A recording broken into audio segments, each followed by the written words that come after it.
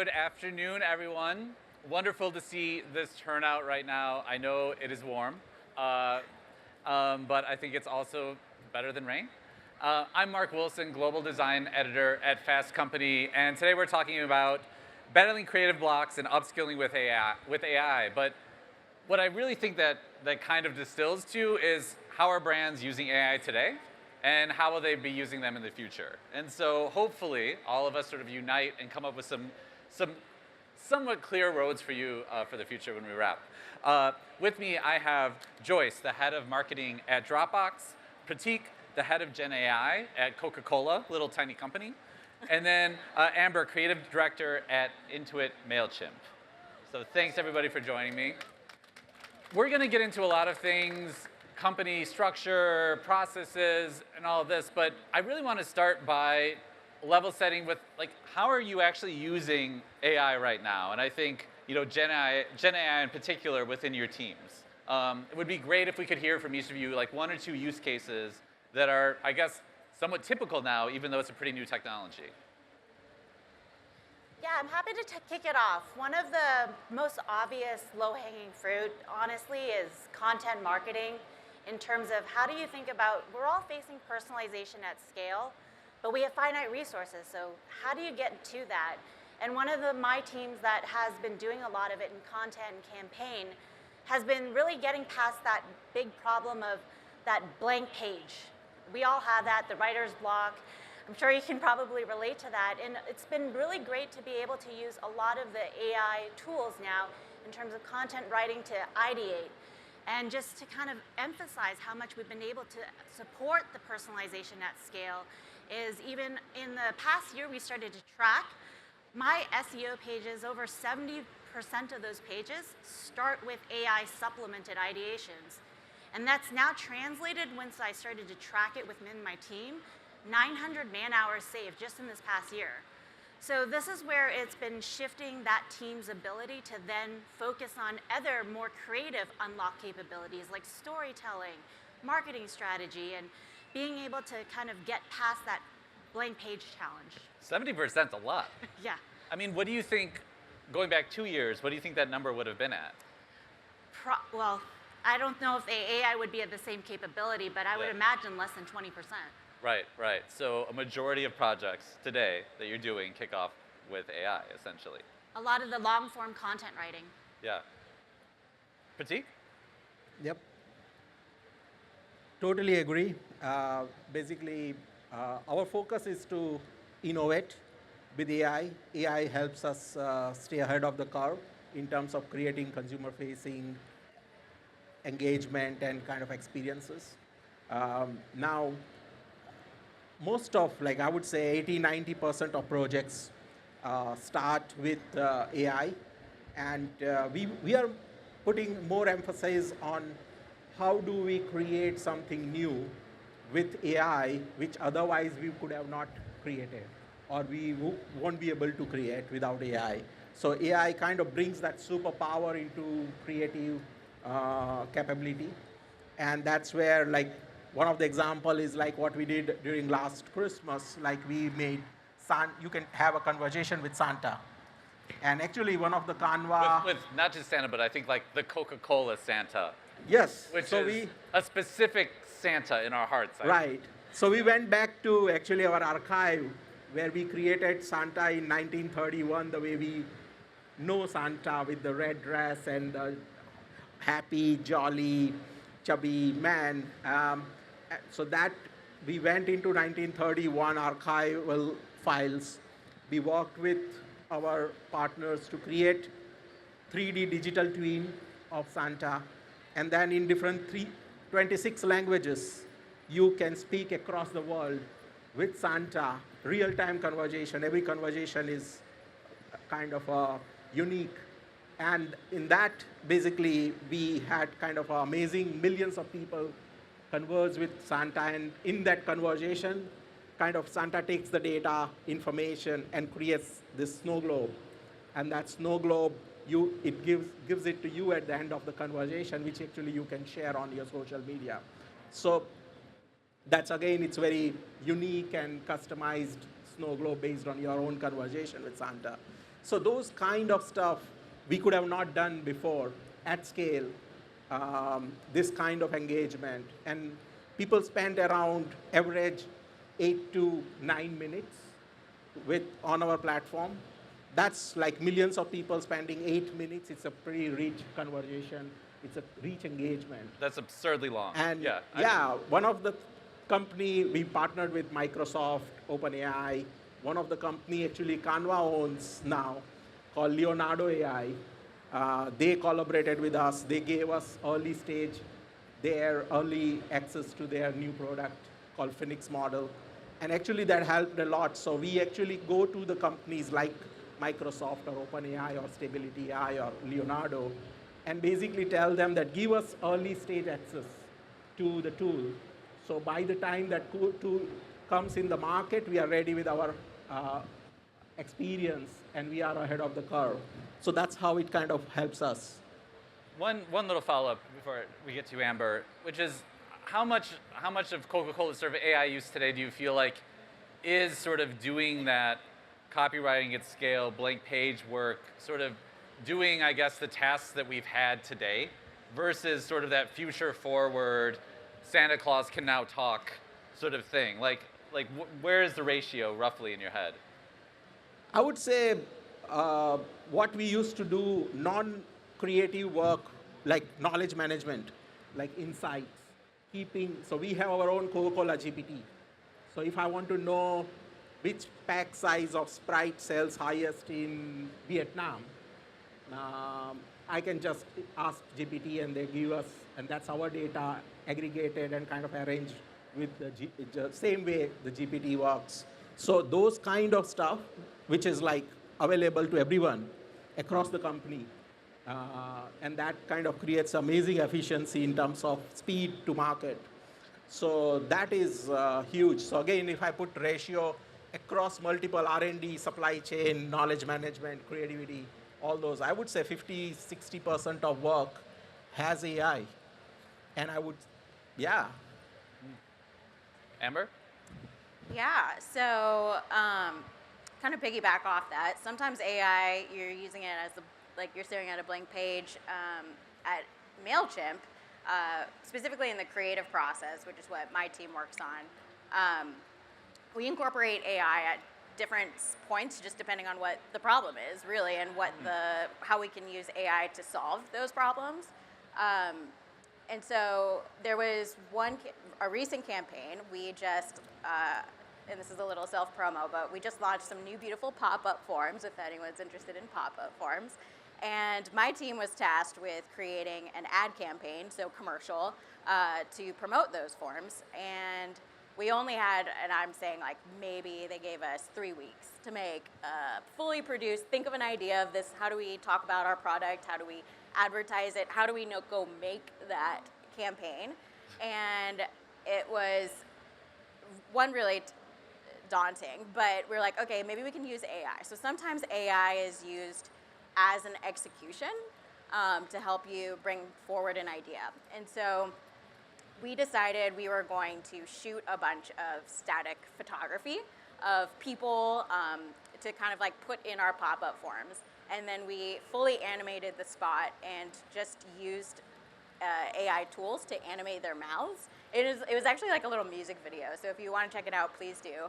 And we used the AI tool to really animate these static photography moments. And then that was essentially the spot. And so we were able to do it within a very short period of time. But it looked beautiful, seamless, and still upheld our brand integrity and the visuals there. And then another time we used AI in a big, huge brand campaign was for Clustomer, our ad campaign Clustomer. And it was interesting. We had this creatives, we got the brief, and it was, okay, come up with an idea around segmenting your audience. Because when you have a big email audience and you're like, okay, well, I want to send certain messages to these people. I want to send specific email messages to these people. And a lot of times you can't really segment your audience. And so the creative team, we came up with this idea of, well, it's kind of daunting just to have this huge pile of customers that you have that you don't know what to do with. So The visual was to create a ball, a giant ball of people. And you're searching the internet. Gotta you're be like- honest, that sounds a little terrifying. It is terrifying. A ball of humans, like Katamari, but human form. Yes, it is. Yeah. And it was crazy because, you're searching the internet because as creatives and you're trying to like pull reference, right? And you're like, how do we're looking on the internet, there's really nothing that can really depict the visual that we all have in our heads. So using AI, it's able to give you that original type of vision that you have, and creatives are able to actually bring that vision to life on a page and be able to be like, okay, this is exactly what I'm envisioning. And it was a 10-foot ball of people that we made, and we actually shot it practically. So we came out here to LA and we're like, hey, production company and director, which we worked with Calmatic, he was like, we're like, here's this visual, and so we built it practically, a 10-foot rig, filled it with people, and it looked very much like the AI image we had. But sometimes it's used to create very original vision on a page. Yeah, it was like a really useful previs tool, Absolutely, essentially. yeah. I mean, everybody just gave me examples of AI working really well. But I assume you were dealing with constant failures of AI tools, though, too. Like, speaking of my own experience, watching a clip of AI working and watching someone jump between 5 different models seamlessly and produce something incredible is a little tougher to duplicate on my own. How are you handling failure? And how are you handling sort of the projects that don't go wrong, where AI didn't save the day, like it didn't perform? And does that like create a problem, essentially, where you didn't have one, but you didn't rely on the tool? Yeah, for me, I think of my personal AI learning curve journey. It hasn't been linear, and I want folks to feel like it's okay to feel overwhelmed at first, and then you feel like you have your rhythm, and then you realize, hey, I'm not doing ChatGPT at the extent I can, but then you level up. So it is iterative, but you have to commit to that testing. And I think in terms of that failure mode is embracing it, a little bit to what Amber had alluded to of how she thought about it is, I think about my AI test cases, be intentional. Make sure that when you think about the AI tools that you want to test out there, because there are so many out there, focus on the problem that you're trying to solve. And that's where, for me on a personal level, and as you're sharing your personal story, something that, for us internally at Dropbox, we've been trying to walk our walk of our own product. And one of our new products, it's not a plug, but it's just a personal, emotional of how it's benefited me is, there was a study that said, nowadays, the average knowledge worker spends 4 hours a week just trying to search for a lot of content, or I think it was 1,200 times toggling between apps and websites. So imagine that context switching of how much we're just inundated with in the modern day. And for me, where I've been able to kind of use some of our own internal AI tools, such as Dashes, it's really helped me declutter my thoughts. I'm no longer living in this world of like 20 different tabs. I can search for what I need in my content. I can put my best work in where it needs to be versus worrying whether my laptop's gonna give me a pop-up saying, hey, you're gonna restart, and then freak out about everything being lost. Is being able to maneuver across the different content in a way that works for me is how I've been trying to think about it. But to getting to that point, it wasn't easy. The failure mode was very real. You have to change your skill of, you go from naturally, think of how you search Google, it's keywords. And now we're training ourselves of prompting. That is part of that journey of the failure of like, what are you not finding that you need to find? And even internally in our organizations, we had a lot of silos of teams using, in my earlier example, using different content AI tools. And we had to have a discussion and saying like, what are we trying to solve for? So we took a step back, we recalibrated and realized we had 3 different models going. And we kind of streamlined our projects together so we could work as one, train all on one model, and get that efficiency. Get efficiency of scale even within small teams, Yes. essentially. I mean, sort of piggybacking off this idea, I do feel like you have to structure for failure and structure for learning. So I'm curious, within this question, how your teams are structured to allow this to happen. Is AI its own department? Do you serve all of Coca-Cola? No. No. So AI is not a department, and we don't want to create a department. If I do my job well, we shouldn't have my role, right? So that's the vision. Like we don't have a computer graphics department, right? It's same way. We shouldn't have a AI department. So what we are doing, and first, we create like, right now we are running around 20 plus incubators. That's where we work with companies. We spot them at a very early stage. We find them and we kind of work with them, the founders. We get access to their beta model, and we start kind of creating, experimenting with them. I mean, that's pretty ideal. I imagine most of us in this audience don't have like Sam Altman like on speed dial. But yeah, sorry, go ahead. So we didn't have, but if you see, check it out. First developer conference of OpenAI, Sam Altman talking about how they collaborated with Coca-Cola and created our Create Real Magic. So we were the first partner for them. So it was good. It's good. Now, my previous role, I was global head of creative for Brand Coke, and that's where we were creating Real Magic campaign called Masterpiece. You may have seen that film where bottle passes through different artworks, and they are like Andy Warhol and Van Gogh and very some of the best artworks in the world. And that's where we had to basically work with AI, and this was pre-GPT launch, pre-hype cycle, right? So that time I didn't know that AI is like a cool thing to do. I thought AI is something which makes things happen and gives me that perfection I needed, and at speed, right? So that's how we collaborated with Stability AI that time, used Stable Diffusion. But coming to the department, what we are doing, we have multiple projects going on across the company. So not just marketing, but across the company. And we pick few people, and now because we have used AI for last 2 years, or more than 2 years, we have a lot of employees across the world, different functions, raising their hand saying we want to be part of this AI initiatives and AI campaigns. So we have picked multiple people who have their core job.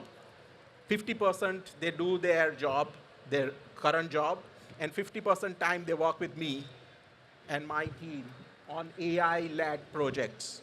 So they stay in their R&D, or they stay in their marketing, brand marketing, whatever the other roles, and then they kind of inculcate that culture into the company, and they are all based in Joburg, Cape Town, London, Singapore, everywhere, right?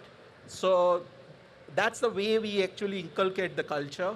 We use people, we train them, and they are the early adopters. They want to be the ambitious people.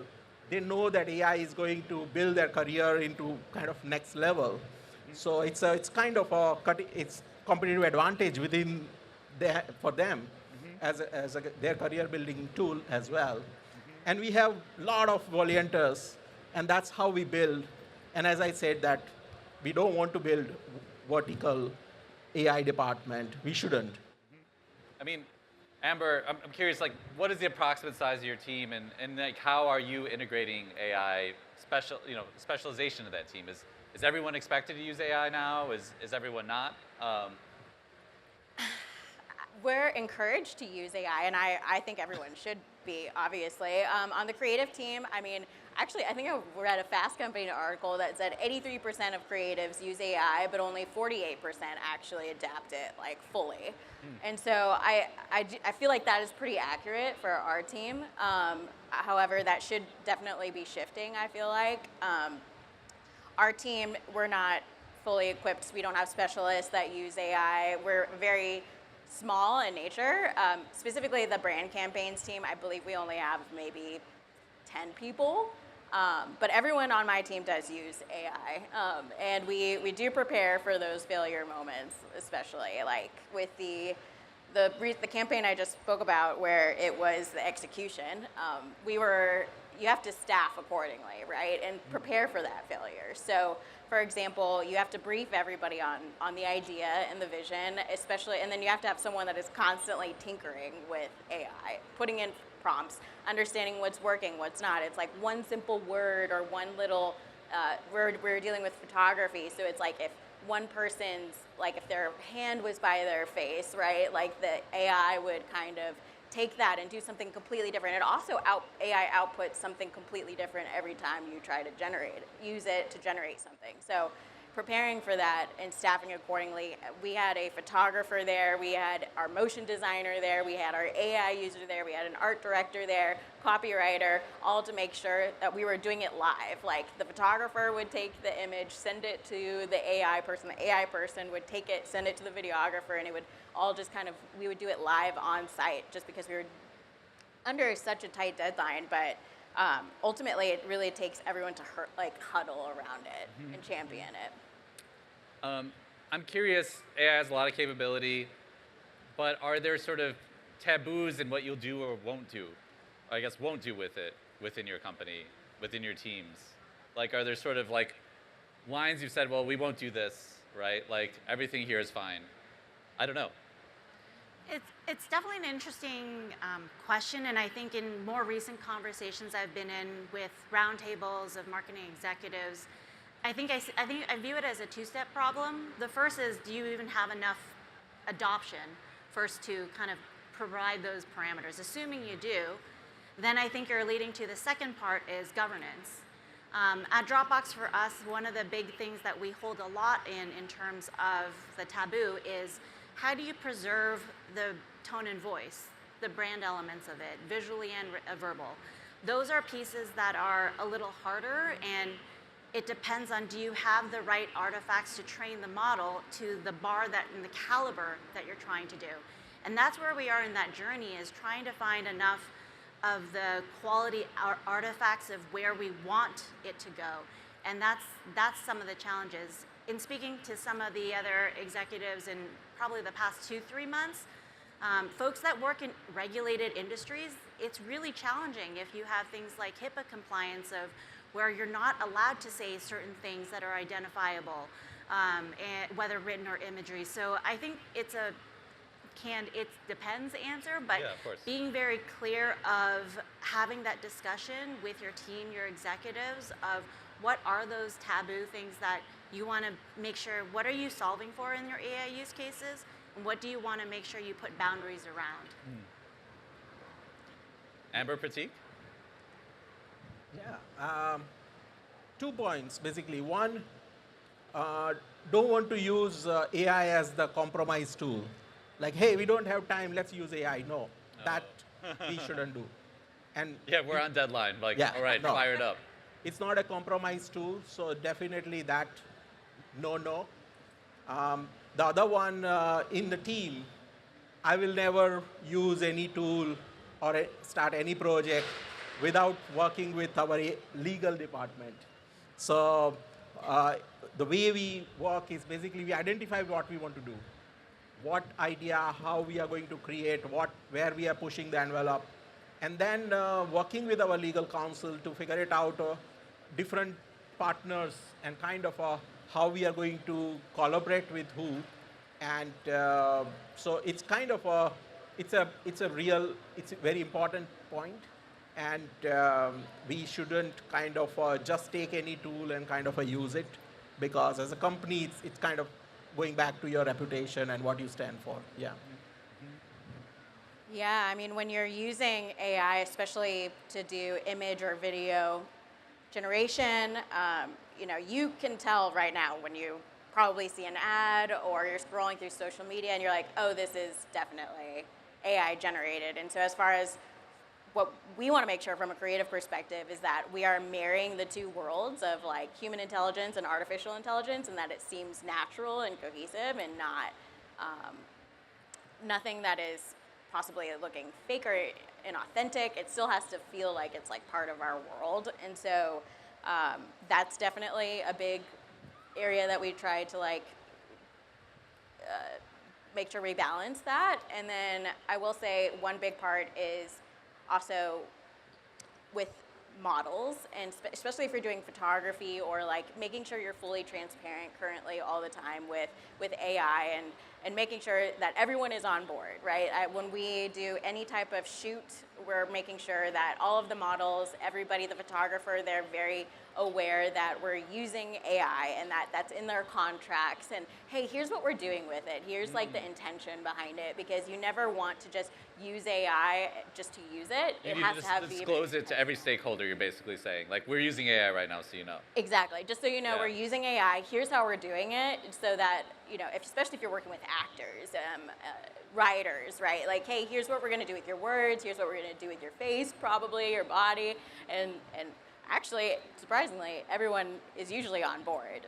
I mean, I'm so really curious about this. Like, okay, audience, how many like freelance designers do we have, or designers who work for an external client, I guess? Okay, and so we're off the record right now, which means we won't share this anywhere else. We'll keep the cameras facing this way.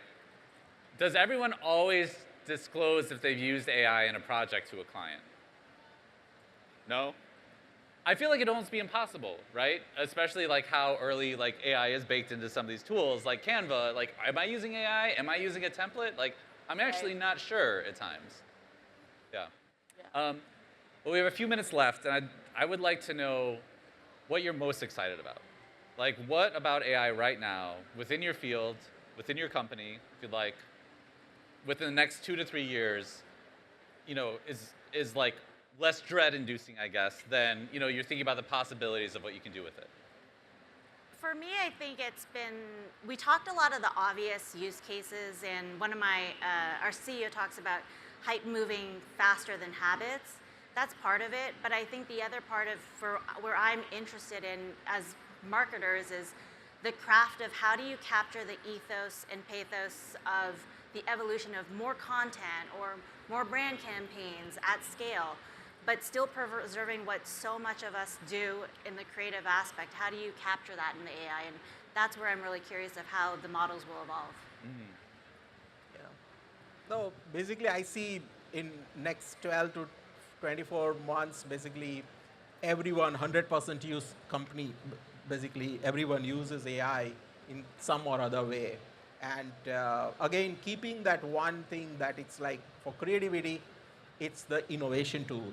So it's kind of, it pushes you. We know that next 36 months, we will see things evolving almost every week or every month. And that actually, it's a superpower for every creative. And that's what we see, that it's like we go to market faster than our competition. And another thing is basically we do something which is completely impossible before the AI world. But to you, it's like really about getting everybody involved with it, right? Like the unlock that's capable when it's a go-to for, I don't know how many Coca-Cola designers there are, but quite a few, let's say. Yeah. Now, all our design companies and all our communication companies, all those people, they are on board that we are using it in different ways. So some of them are kind of creating concepts at early stage, and then they are kind of adopting. Or some of them are going directly, and you have seen some of the work we have done, consumer-facing work created by AI. It's possible. Amber? I'm excited most to break the rules. I'm excited to use AI to push creative boundaries even more. Like, I have a stack of cards on my desk that's like, it's prompts or just questions really for myself. It's like, okay, if you have an idea, or if you have a vision of something and you're like, okay, well, what if I played with scale? Or what if I made this image really fuzzy? Or what if I did this, this, and this? And it's this like, I think AI expands really imagination. And I'm really excited for creatives, the creative space especially, because there is this like interesting tension right now between designers and AI, and oh, it's taking away like my craft and my skill set and my creativity. But really, it's ironic because I believe AI is actually celebrating individualism rather than subjecting creatives to conformity. It's this tool to really put on a page something that is unique in your mind, and you're able to really actually put it out there into the world versus rely on the internet for inspiration. I mean, I love that idea. Right now, everybody's just trying to make AI work, but the idea that AI really should be about rule breaking and breaking free of constraints and boundaries rather than sort of cloning the next Studio Ghibli thing, right, is really the goal. Absolutely, yes. I love that thought to end on. Thank you to our audience so much. I feel more knowledgeable on the subject. Appreciate it.